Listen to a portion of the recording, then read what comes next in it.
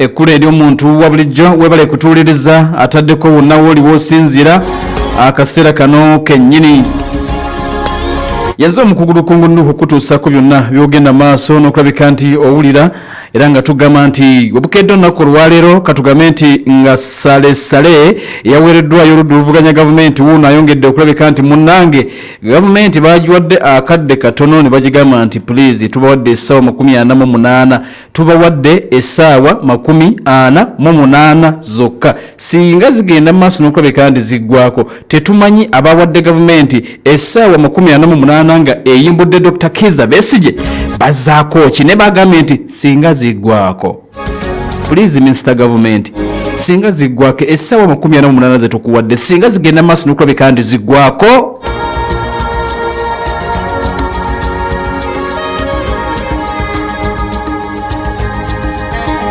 kati mpuliriza bwebukeeredde nga tugamba nti essaawa ziringa 30 essaawa ziringa 30 awo ezisigadde gavumenti tennaba kwanukula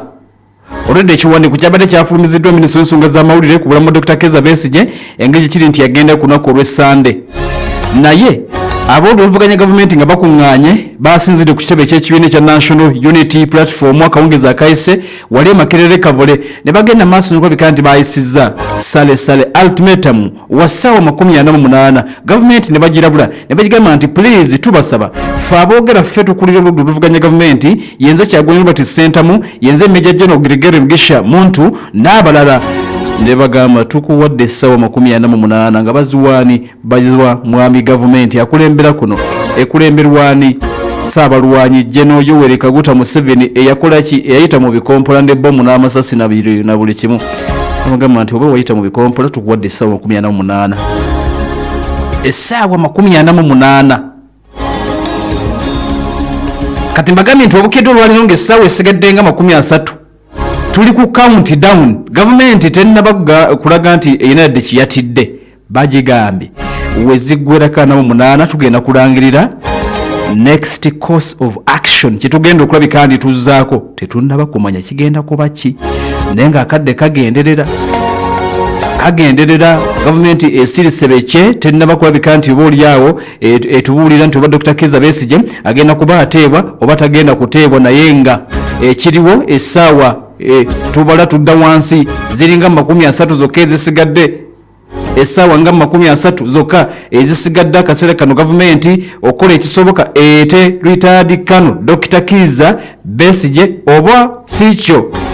erabe kibagenda okuzzaako of course tetukimanyi naye nga kwabadde kulabula okwawuludde oluvuganya gavumenti abagenze maaso n'okulabika nti bakuŋŋanya akawungezi akayise nga bagamba nti embeera ya Dr. Kizza Besigye naddala ey'ebyobulamu gyalimu akaseera kano yeetaaga okufibwako ennyo gavumenti ekkirize ono agende maaso n'okulabika nti oba oliawo afuna obujjanjabi aggyibwe mu kkomera gyali eruzira afuna obujjanjabi obwetaagisa obuyinza okuba nti butaasa obulamu bwe ampuliriza ataddeko PAL FM ekulera omuntu wa bulijjo kakati bagambye nti basinzidde akawungezi akayise ku kitebe ky'ekibiina ekya National Unity Platform nga balabula gavumenti nga bagigamba nti please essaawa 48 kakati omu ku babadde wano Makerere Kavule omu ku babaddewo nga balabula gavumenti ye ssaabakunzi w'ekibiina ekya National Unity Platform Chairman Nyanzi Fred Ssentamu mukulu wa Kyagulanyi Robert Ssentamu bagambye nti yabadde ku ttiimu eyabudde oluvuganya gavumenti abakuŋŋaanye nga boogerako eri ab'amawulire ku kitebe eky'ekibiina ekya National Unity Platform ne baweereza gavumenti eno message ne bagigamba nti mugenda kutulaba singa essaawa 48 ziggwako mugenda kutulaba kemafya munnange nga biggwa buli omu ng'akwata eridde ewuwe gavumenti gye bagambye nti mugenda kutulaba kimafya singa temuta Dr. Kizza Besigye neetwala omulala tokkirizibwa kunkangakanga mu mbeera eyatonkangakanga mu mbeera eyatontiisatiisa ssaabakunzi w'ekibiina ekya National Unity Platform Fred Nyanzi Ssentamu yakwatiddwa akawungezi akayise naye n'atwalibwa nga bayita ku mikutu gyabwe emitimbagano. Omukulembeze w'ekibiina ekya National Unity Platform Robert Kyagulanyi Ssentamu, omwogezi w'ekibiina ekya National Unity Platform Yoweri Ssenyonyi, Secretary General w'ekibiina ekya National Unity Platform David Lewis Lubongoya n'abalala baabwe bakakasizza nti wali ku nkulungo kumpi n'enkulungo ey'okubbiri Ssaabakunzi w'ekibiina nti bamukwata mundu bwe bagenze maaso n'okulabika nti baamuyoledde era ne bamukuba mu mmotoka ne bamutwala mu